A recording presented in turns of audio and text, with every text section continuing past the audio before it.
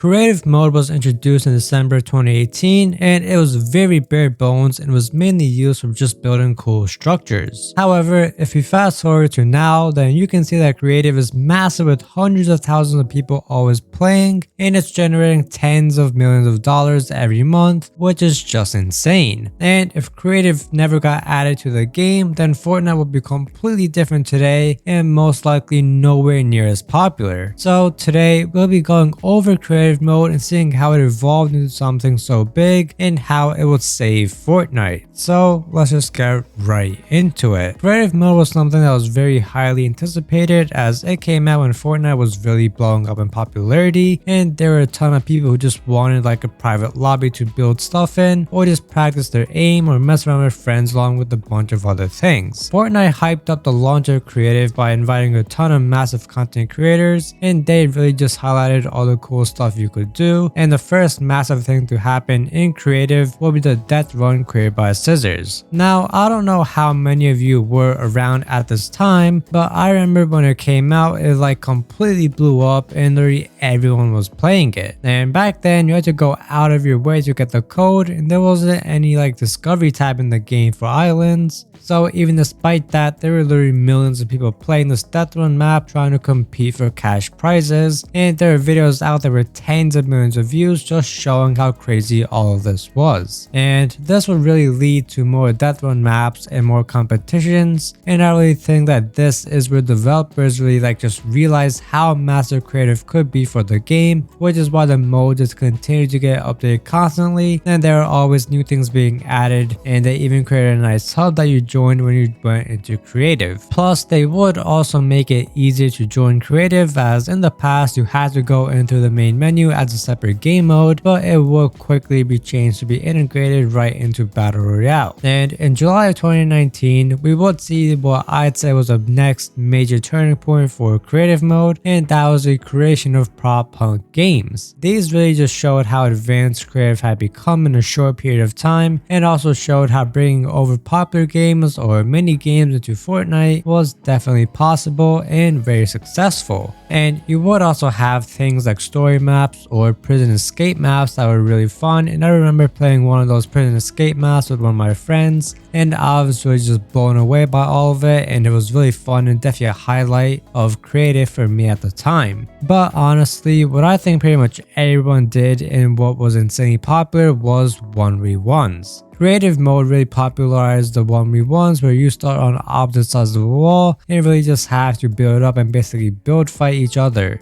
Before creative, this just wasn't really a thing because you wouldn't be able to always do it in normal games as you had to try and get into the same game. But with creative, that obviously changed and the 1v1s would really explode in popularity, and that would just lead to a massive PvP community emerging inside of creative, and later on we will get things like zone wars and box fights. So overall, we can see that 2019 really was a year in which creative mode was really getting built out and was being rapidly upgraded so that it could accomplish more things and accommodate more features. There were things being added that weren't even in the normal Fortnite game, however there were also a lot of things that were missing, so overall it definitely was a period of growth, but it would be key to the success of creative. And over the next few years, creative mode would really just continue to grow and expand, especially because limited time modes were removed from the normal game, so creative would like kind of fill that gap as it would give you stuff to play that was different from normal Fortnite. And Fortnite would also host events like concerts and stuff inside of creative, which I thought was really cool, and this definitely helped get a large player base into creative mode, which would make them stick around longer for it. The next really big thing to happen to creative and what would change it forever was Creative 2.0 in March of 2023, which basically made it so you could use Unreal Engine for creative, and this just increased the possibilities of what you could do by a ton. This is really where we would see absolutely insane things,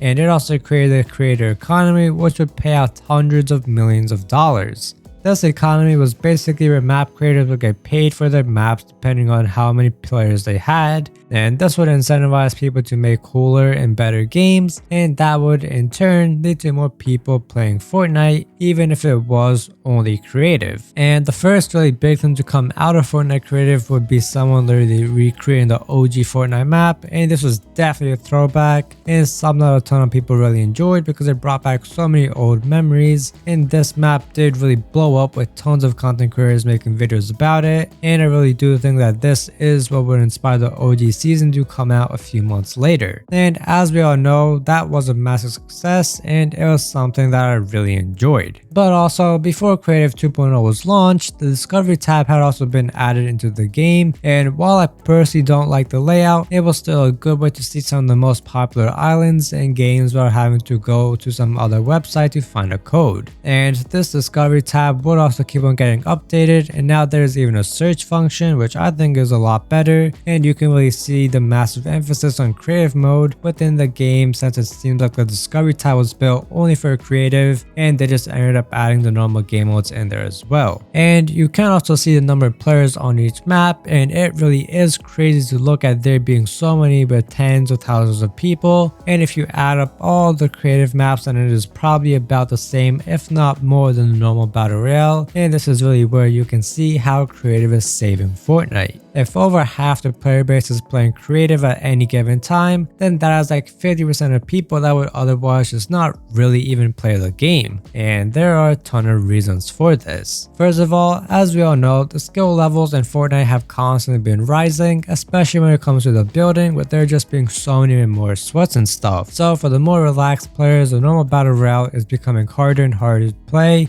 and it is just not as fun. However, for a relaxed or casual player, creative mode really is perfect, as they can play whatever they really want and still have fun playing Fortnite without playing the battle royale part of it. But creative is also a perfect place for sweats because there are so many practice maps for building or aiming, and there are also maps just for practice in the late game with moving circles, so you can't really see how creative ends up working for everyone. And another reason you have so many people playing creative is because of limited time game modes were removed from the game. Now, this is something that I personally really dislike, since I had so much fun with LTMs, especially with one shot and sniper shootouts, since those were just super fun. However, Fortnite would remove them, and I really think the reason for that is so that people will go and play those game modes instead of creative, which would then boost the player count for creative. And while in the short term I think it wasn't great due to creative not being too advanced, now I don't think it is as big of a problem due to how good creative is, but I still personally do want the LTMs back in the game. And another reason creative does so well is because it's just something for people to play if they just don't like how the current game is. And I mean, right now it was a great example, since if you're being honest, this season is kind of a miss with the overpowered boss cars and stuff. But instead of having to stop playing the game, people could just go and play creative. But overall, the reason creative does so well is because it just provides you with so much more than battle royale ever could, and that is what is saving the game. Because while Fortnite did blow up off of the battle royale model, they obviously couldn't rely on that forever, so the community made creative games would really be how Fortnite will continue to stay relevant and popular, and is why they put 40% of all the revenue into paying out people that create some of the most popular creative maps, since those are what are keeping people in the game. But that's also it for this video. I really hope you guys enjoyed the video, and let me know down in the comments what you think about creative. But with that, I'll see you all in the next one.